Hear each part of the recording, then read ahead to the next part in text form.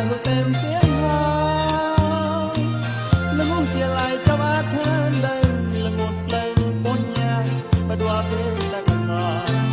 rồi là một số bạn có đến qua số bạn thân tâm xoay vì ngục mù tao ta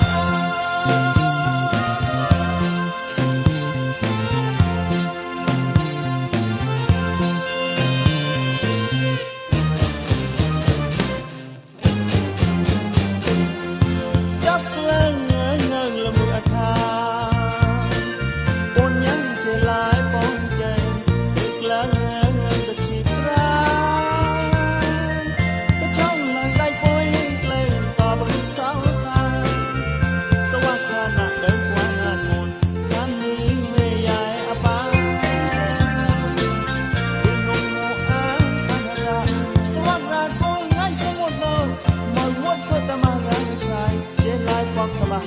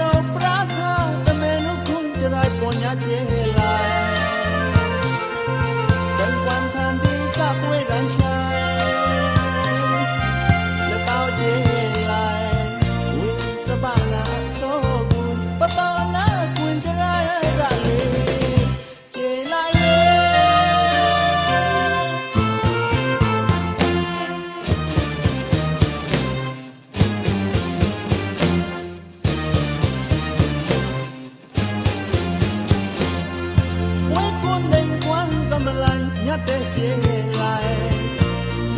để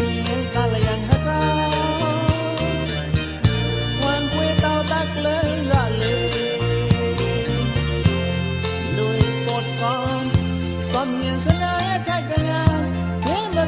bỏ